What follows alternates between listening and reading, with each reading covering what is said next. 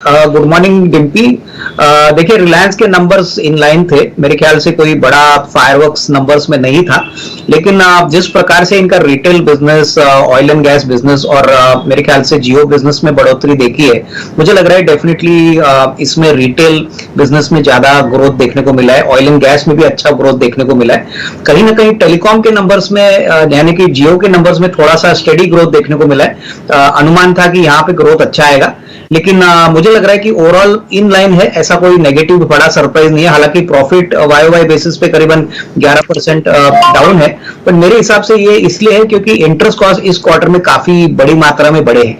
But overall अगर business की growth देखे तो मेरे ख्याल से जो कमेंट्री मैनेजमेंट ने दी है वो काफी ठीक ठाक है। मेरे ख्याल से रिलायंस का जीडीआर मेरे ख्याल से पिछले हफ्ते 5-6% डाउन था, तो हो सकता है कि आज के मॉर्निंग सेशन में आपको एक थोड़ा कमजोर ओपनिंग देखने को मिले, बट उसके बाद towards the second half of the session today थोड़ी सी बाइंग आपको देखने को मिल सकती है। और करंट प्राइस में मुझे नहीं लग रहा है कोई बड़ा डैमेज या बड़ा पैनिक सेल ऑफ आपको इस प्राइस पे देखने को मिलेगा। मार्केट अभी नेक्स्ट ट्रिगर यानी जियो फाइनेंशियल सर्विसेज के लिस्टिंग को देख रही है। ऑलरेडी 260 रुपए की फेयर वैल्यू निकल पड़ी है जियो फाइनेंशियल के लिए, तो ये मेरे ख्याल से 1-1.5 महीने में लिस्टिंग होगी। तो यहाँ पे मुझे लग रहा है मार्केट्स कीनली वेट करेगा कि किस तरह की वैल्यू अनलॉकिंग होगी, but net numbers are in line with expectations.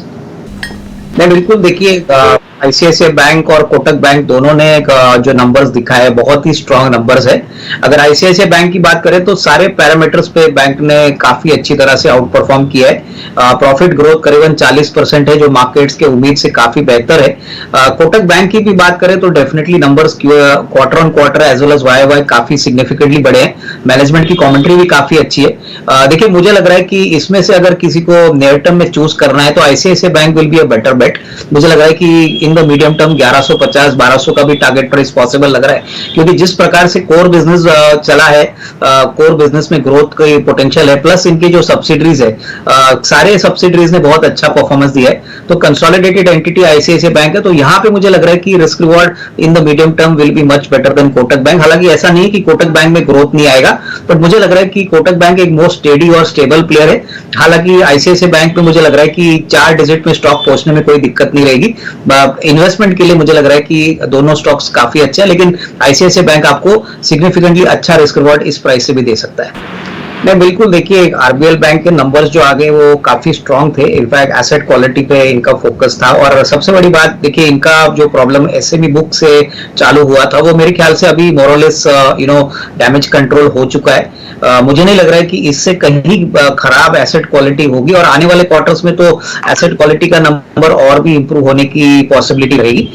Loan book growth की बात करें, प्लस जिस प्रकार से इनका नेटवर्क बढ़ा है, मुझे लग रहा है कि देखिए, छोटे बैंक में, प्राइवेट सेक्टर बैंक में इसमें डेफिनेटली एक अच्छा रिस्क रिवॉर्ड आपको मिल सकता है। तो मेरे ख्याल से देखिए, बड़े बैंक्स तो डेफिनेटली बड़ा ग्रोथ अचीव करेंगे, क्योंकि अभी भी क्रेडिट ग्रोथ बैंक्स एज्यूम करके चल रहे हैं कि कम से कम 14-15% इस साल आएगी।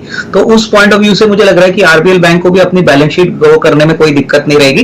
तो यहां से भी अगर कोई लंबी अवधि के लिए खरीदना चाहे, कम से कम 12-15 महीने के लिए, तो डेफिनेटली एक अच्छा रिस्क रिवॉर्ड आपको आरबीएल बैंक में भी मिलेगा। मुझे लग रहा है करंट लेवल्स पे अच्छा खासा अपसाइड, करीबन 15-20% की अपसाइड एटलीस्ट पॉसिबल लग रही है। तो यहाँ पे खरीदने के चांसेस अच्छे लग रहे हैं, बट हाँ, इसमें थोड़ा सा पेशेंस रखिए, क्योंकि थोड़ा सा स्टॉक स्लो मूवर है। खबर ने इस बीच वीकेंड भी आई, खासकर जो महाराष्ट्र के लोग हैं उनके लिए तो बहुत इंपॉर्टेंट खबर थी। वो थी लवासा के सेल होने की। अविनाश सर, आपको पता है, आपने तो खैर देखा ही होगा, पुणे के पास लवासा बहुत शानदार सिटी बनाई गई, लेकिन ऐसा कानूनों में फंसा वो पूरा शहर कि वो बिकने को तैयार हो गया, और 1800 करोड़ में कुल मिला के पूरा का पूरा लवासा बिक गया। अब कुछ पैसा लेंडर्स को मिलेगा, मेरे पास जो जानकारी है वो करीब 900 करोड़ है, और बचा हुआ थोड़ा बहुत पैसा है वो पुराने मकान जो बनाए जाएंगे। सर, एससीसी पे कोई फर्क आएगा क्या इससे, लवासा के जाने से? यही एक लवासा थी जिसने एससीसी की पूरी चाल को खत्म कर दिया। देश का आइकॉनिक सी लिंक बनाने वाली कंपनी लवासा में भी बनाया उसने, लेकिन उसके बाद उस कंपनी की हालत आप देखिए। गुलाब चंद जी आज भी इसके मैनेजिंग डायरेक्टर हैं। एक बार आप मेरे को जरा एससीसी पे बताइए, अभी ये दाग छटने से साफ सुथरा कंपनी होगी, अब हम बढ़े आगे, इससे कोई फर्क पड़ेगा इस पे? नहीं, बिल्कुल डिम्पी। देखिए, मुझे लग रहा है कि लवासा जिस प्रकार से प्रमोट किया गया था, काफी बड़ी एक्सपेक्टेशंस थी एचसीसी की कि इसको स्केल अप किया जाए, लेकिन अनफॉर्चुनेटली कई लीगल दिक्कतों से कई दूसरे फैक्टर्स के कारण से ये जो प्रपोजल था, ये प्रोजेक्ट था, बहुत ही बड़ा एक हेडेक कंपनी के लिए प्रूव हो गया। इनफैक्ट अभी जो डील होगी है डार्विन ग्रुप के साथ, मुझे लग रहा है कि कहीं ना कहीं मार्केट्स इसको पॉजिटिवली लेगा, क्योंकि बैलेंस शीट के ऊपर इसका काफी सिग्निफिकेंट प्रभाव आएगा। मार्केट ये मान के चल रही है कि जो कोर बिजनेस एचसीसी का है, वहां पे तो इनकी ऑर्डर बुक बहुत मजबूत है, वहां पे एग्जीक्यूशन अगर ये होपफुली प्रॉपरली करती है, तो मेरे ख्याल से बहुत समय का अंडर परफॉर्मेंस के बाद आपको एक अच्छी आउट परफॉर्मेंस स्टॉक में देखने को मिलेगी। प्राइस भी काफी फेवरेबल है। मुझे लग रहा है कि लवासा का जो डील हो गया है वो बहुत ही पॉजिटिव और सरप्राइजिंग फैक्टर था, क्योंकि कई लोगों का मानना था कि ये बहुत लंबा समय लेगा। मेरे ख्याल से इस लेवल पे डेफिनेटली एक निवेश बन सकता है, अगर किसी को 1.5-2 साल का टाइम फ्रेम देना है, क्योंकि कंस्ट्रक्शन स्पेस में, ईपीसी स्पेस में एचसीसी एक वेल एस्टैब्लिश प्लेयर है, बहुत प्रेस्टिजियस प्रोजेक्ट्स इन्होंने एग्जीक्यूट किए, तो डेफिनेटली मुझे लग रहा है कि इस लेवल से खरीदने का मौका बन सकता है, प्रोवाइडेड थोड़ा सा टाइम आपको इनको दे, क्योंकि क्वार्टर ऑन क्वार्टर तो ग्रोथ नहीं, बट साल 1.5 साल में डेफिनेटली स्टोरी बहुत स्ट्रांग है और फंडामेंटल्स मुझे लग रहा है आगे अच्छी तरह से इंप्रूव होने की अपेक्षा रहेगी। आशा का हैंगओवर खत्म होने से एससीसी में एक उम्मीद बढ़ गई है कि आगे प्रदर्शन इसका और यहां से बेहतर होता चला जाएगा। सर एक चीज बताइए, जिनसे नहीं खरीदा गया होगा 550-600 पे, क्या 850 पे भी ले ले? अब ये जर्नी 1000 और उसके ऊपर की हो रही है। नहीं, बिल्कुल। देखिए डिम्पी, मुझे लग रहा है कि सबसे बड़ी बात, देखिए इस बार भी क्वार्टरली लॉस आ गया, लेकिन ऑलमोस्ट आधा हो चुका है। सबसे बड़ी बात, मैनेजमेंट ने क्लियरली कहा है कि सितंबर के बाद ऑपरेटिंग प्रॉफिट का जो मुनाफा है वो पॉजिटिव में होगा और होपफुली बहुत जल्दी फ्री कैश फ्लो भी कंपनी जनरेट करेगी। देखिए ये सारे नंबर्स मार्केट बहुत समय से वेट कर रहे हैं, क्योंकि अभी भी कंपनी कैश बर्न कर रही है। हालांकि देखिए रेवेन्यू साइड पे तो बहुत अच्छा ग्रोथ इन्होंने रिकॉर्ड किया है, बट कामकाजी मुनाफे का सिग्नल जैसे ही बाजार को मिलेगा, मेरे ख्याल से इस स्टॉक में अच्छी तेजी देखने को मिलेगी। और सबसे बड़ी बात, ये एक काफी बड़ा पेमेंट प्लेयर हो चुका है, फाइनेंशियल सर्विसेज में भी अभी काम कर रहा है, तो कहीं ना कहीं मार्केट्स को ऐसा लग रहा है कि पेमेंट का बिजनेस तो चलता रहेगा, लेकिन ये बहुत कॉम्पिटिटिव है, तो उसके उसको प्रोटेक्ट करने के लिए दूसरा जो फाइनेंशियल सर्विसेज का वर्टिकल है, जैसे कि लोन्स का डिसबर्समेंट करना, यहाँ पे इन्होंने बहुत काम किया है, तो मुझे लग रहा है कि इस लेवल से भी थोड़ी बहुत अपसाइड पॉसिबल लग रही है। हालांकि देखिए ये कहना मुश्किल है कि 1000 रुपया कब होगा, लेकिन एक बात तो है कि सितंबर में कामकाजी मुनाफा आता है तो मार्केट्स इसको और भी अच्छी तरह से रिरेट करेगी, क्योंकि बहुत समय के बाद ये आंकड़ा आएगा और मार्केट इस नंबर को बहुत पेशेंस से वेट कर रही है। मैनेजमेंट ने फ्री कैश फ्लो कहा है कि अगले 6-8 महीने में ये भी आने की उम्मीद है, तो ये डेफिनेटली और भी स्टॉक को रिरेट करेगा। तो डेफिनेटली लॉन्गर टर्म के लिए प्रोस्पेक्ट्स अच्छे लग रहे हैं। 800-850 का रेंज में अगर किसी को खरीदना है तो कम से कम साल 1.5 साल का नजरिए से यहाँ पे पोजीशन बना सकते हैं।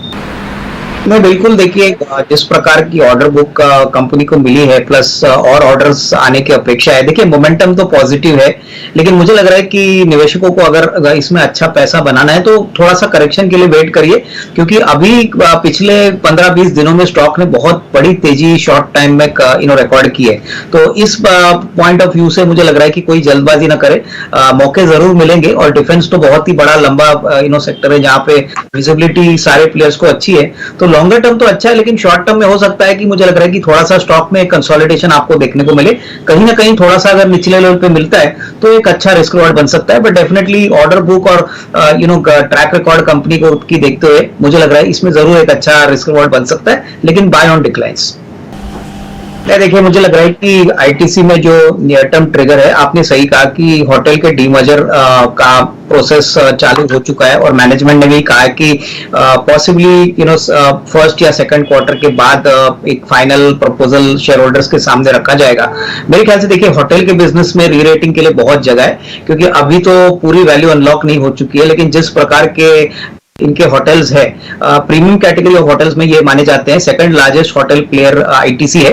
और मुझे लग रहा है कि जो भी री-रेटिंग आएगी होटल के बिजनेस से आएगी, तो कहीं ना कहीं मुझे लग रहा है कि इवन करंट लेवल से 550-565 का टारगेट प्राइस पॉसिबल है। अगर ये रेशियो 1:1 आता है तो मेरे ख्याल से देखिए शेयर होल्डर्स को काफी भरपूर फायदा होना चाहिए। प्लस कोर बिजनेस तो इनका अच्छा चल ही रहा है, जैसे सिगरेट बिजनेस है, पेपर बिजनेस है, एफएमसीजी बिजनेस है, तो यहाँ पे भी मार्केट उसको एक पॉजिटिव रवैये से देखेगी, क्योंकि क्लियरली थोड़ा फोकस कंपनी को मिलेगा। और होटल डीमर्जर से मेरे ख्याल से जो वैल्यू अनलॉकिंग बहुत समय से मार्केट एक्सपेक्ट कर रहा है वो भी आएगी, तो ये नियर टर्म का ट्रिगर रहेगा। तो 550-560 का एक नियर टर्म का टारगेट जरूर बनता है, तो यहाँ पे जरूर मोमेंटम पॉजिटिव आगे भी रहना चाहिए।